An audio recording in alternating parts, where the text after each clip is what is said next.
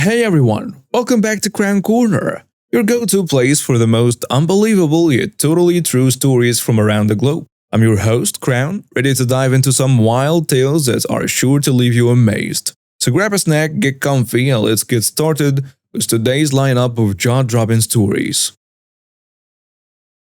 I live in a 4-unit apartment building on a ground floor with my partner. We have lived here for 3 years. When we moved in, our upstairs neighbor was a flight attendant who was rarely home, totally ideal. She moved out and the new tenants could be loud at times but never much and never late. They moved out after a year. Our story begins with the replacement. A couple roughly our ages, late 20s, early 30s, move in. The first few days were pretty loud, but we assumed they wanted to get everything in soon, even if it meant doing so late at night, getting set up and so on. A couple of weeks passed, but the noises never really stopped. Slamming doors at 11 p.m., having loud screaming fights, and so on.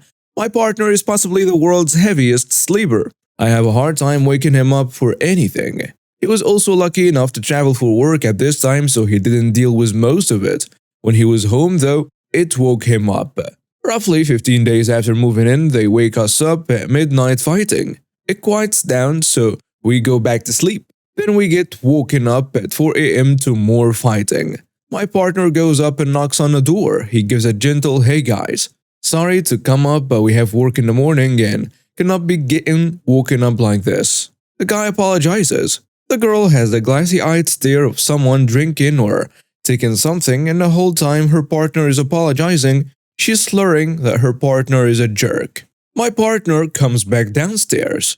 An hour later, one of the loud couples call the cops. They ask for our statements, if we heard anything, what we heard, and that's it. They quiet down for maybe a week. Then a nightly fight starts, waking us up at midnight, 2, 4, sometimes multiple times a night. So, not wanting to be too over the top, we write a note. The general gist being, "Hey, noise ordinance is 10 p.m. to 7 a.m. You've woken us up quite a few times slamming doors or having fights. We'd appreciate it if you keep it down during these hours. We don't want to have to involve the landlord, but we do need to sleep." Taped it up on the door and leave it. 2 days later, we received a 2-page return note from the girl. Highlights include, "Fine, I'll leave my garbage, not in a cabinet. I sure hope my dog doesn't eat something and die. We can hear you sneeze and go to the bathroom. Should we threaten to call the landlord too?" And quite a few references about their rights in their apartment and so on. I was really angry but almost wanted to hear the reaction of my landlord for being told we sneezed then used the bathroom. Still, my partner went upstairs and tried to clear the air and explained that we definitely don't care what they do, but it's not okay to wake us up during noise ordinance hours. But both times he went up when they were home, they refused to answer. Fine. So I started keeping a log. Simple. November 4, 2:17 a.m. Loud fighting every time they woke us up. In 2 weeks, we were woken up 10 times, sometimes twice a night. My partner even recorded it on his phone and geez, it was loud. We emailed it to the landlord and asked if he could please remind them of the noise ordinance because we need to be able to sleep. He did so, and it was okay for a couple of weeks. And then it started again. We started responding. If they woke us up, we would knock on the ceiling. It would quiet down. Once we got really annoyed and played Baby Shark on our phone at full blast, pointed it at the ceiling for like 30 seconds. Then one night when my partner was out of town for work, they woke me up at 2 a.m. fighting. I knocked on the ceiling, they moved it to the living room and I tried to sleep. About an hour later, they were back fighting in the bedroom. I knocked and she stomped back as hard as she could, about 10 times, and screamed at me for being a witch. Well then, they kept screaming at each other, throwing things, setting off their car alarms, and I had enough. I called the police and reported the domestic disturbance. The police came, talked to me, went upstairs, slammed on their door and shouted, "Police, open up." And that's all I knew until I left for work around 6 a.m.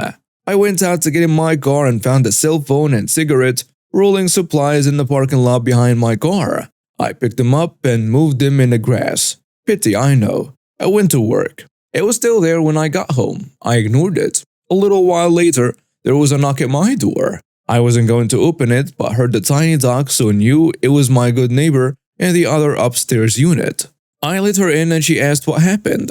I told her I called the cops. She said she was close to doing the same and no one had been home there all day. She heard one of them being read their Miranda rights though. I grabbed the stuff from outside and put it outside their door because I didn't want to leave a phone out overnight. Over the next few days, we learned the girlfriend had been put in court-ordered rehab. Apparently, she had clawed the egg out of the guy among other things. That weekend, they moved their stuff out. Her one day, him the next day. I wasn't trying to get anyone kicked out, but man, being able to sleep is definitely nice. Not my story, but that of a friend who authorized me to post it here when I asked him. For starters, my friend owns a blue '05 Dodge Ram 1500. It's not the most reliable model of truck, but he's kept it in a good shape and left it looking stock, save for some aftermarket alloy wheels. He tells me he was wheeled the truck from his grandfather when he passed away 7 years ago. Caleb isn't a mechanic, but learned how to do a lot of work on his truck himself. I even helped him redo the undercoating on it and buff polish the paint.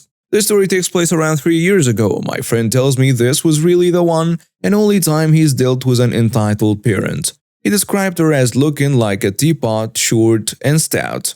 So from this point on, the entitled mother will be referred to as Teapot. For the sake of giving him a name, my friend in the story will be referred to as Caleb. Rewind 3 years and our story begins at a local supermarket whose name rhymes with Stolmart. Caleb always goes out of his way to try and get as close to a parking space to the store as possible. And on this day, he managed to do so. He went in and did the bulk of his good shopping for the next couple of weeks, and everything seemed fine.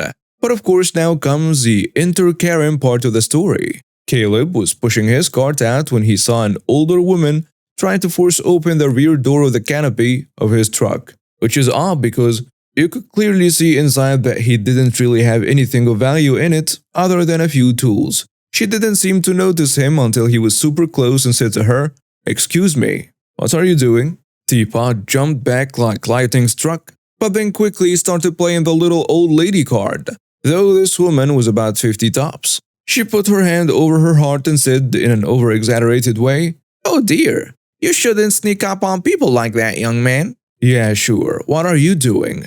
"I was just trying to get in my truck. I locked my keys inside by mistake and can't get in." "Lady, that's not your truck." "Yes, it is. I just got it last year." "Oh, really? Then what model year is it?" "It's a 2010.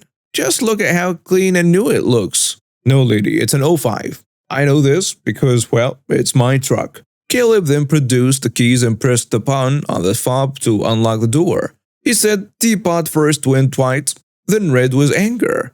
It's pretty much full stereotypical Karen after this.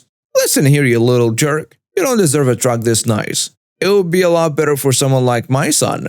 He's a local college student, you know, and he needs a nice shiny vehicle like this to get around in." "Are you a looby, lady? My truck isn't for sale, and even if it was, how much would you give me for it?" Teapot started to look smug and pulled a checkbook from her purse. "I can give you $1,500 for it right now." Caleb face-palmed so hard he said he hurt his nose.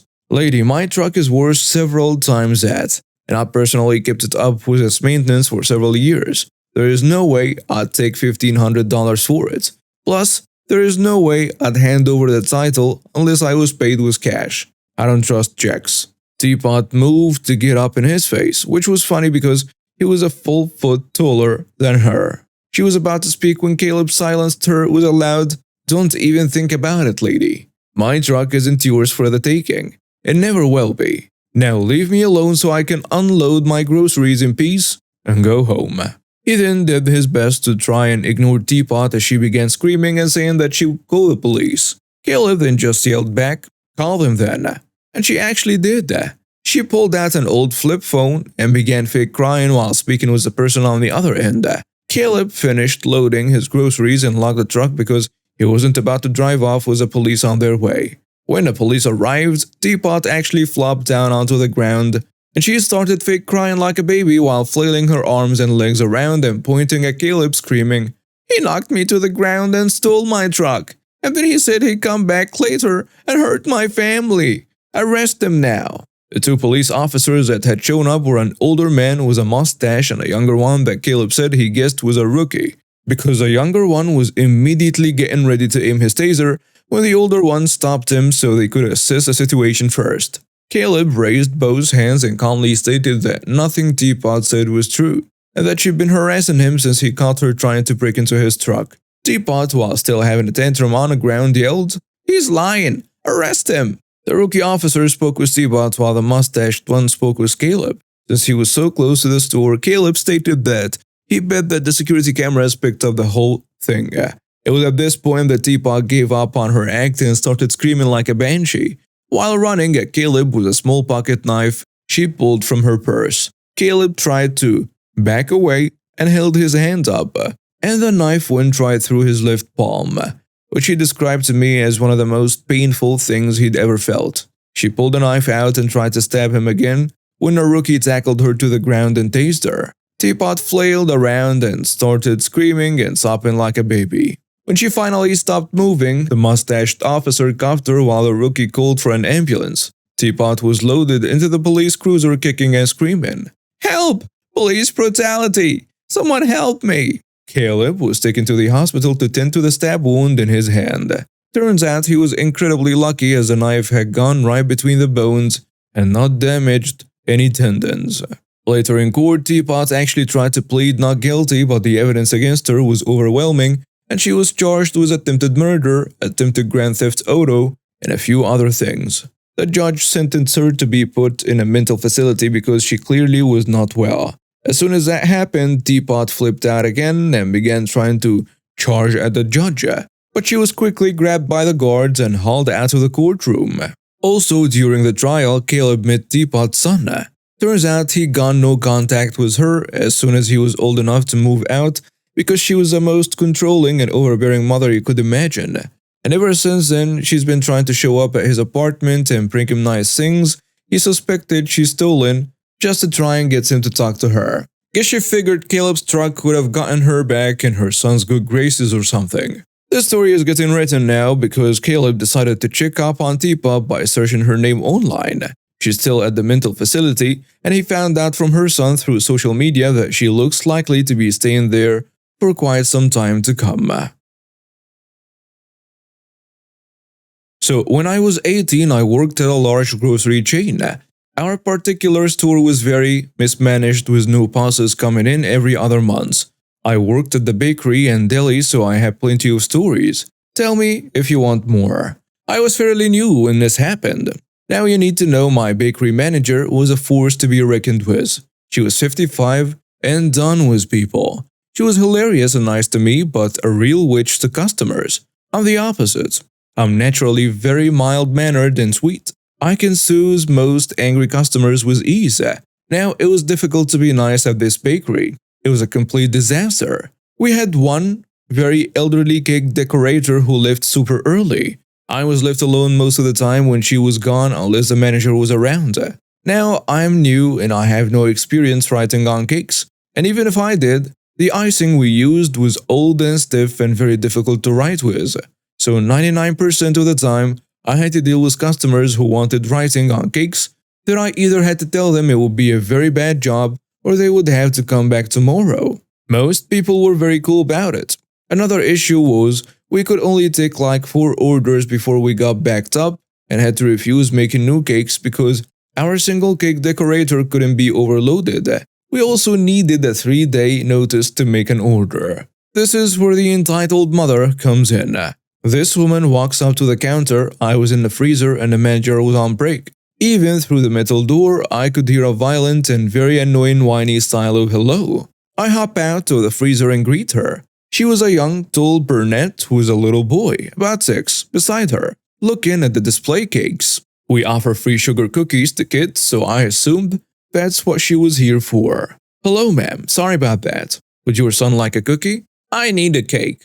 Okay, no problem. What date would you? She stared blankly with a stern face. Her son is now jumping up and down excited for a cookie. She waves him off and says, well, give him a cookie. I gave her an irritated but polite smile. The kid was sweet and hugged my legs after I gave him his cookie. She asks, "Just one?" "Sorry, we can only give out one per person." "Well, that's not very fair. He deserves more." The kid seemed satisfied. Before I could even open my mouth, she started up again. "It's the kid's birthday tomorrow at 9 a.m. I need X and X. Complicated character order." "Oh, I'm so sorry, ma'am. We can't take orders that early. We need at least 3-day notice for a cake that large. We also don't carry that character. We have a book of character and themed cakes if you'd like to order a cake past future date." I have never seen a face turn so red. "I'm a nurse. I save lives. My baby needs a cake for his birthday tomorrow. It's your job. I need this cake tomorrow." I'm a soft person and I could feel my tear ducts begin to tighten. Like an angel crawling up from hell, the manager walks up from her break. "What's wrong?" she says bluntly with no smile to the woman. "I need a cake and this little witch says I can't have a cake. I'm a nurse and I provide a service to you.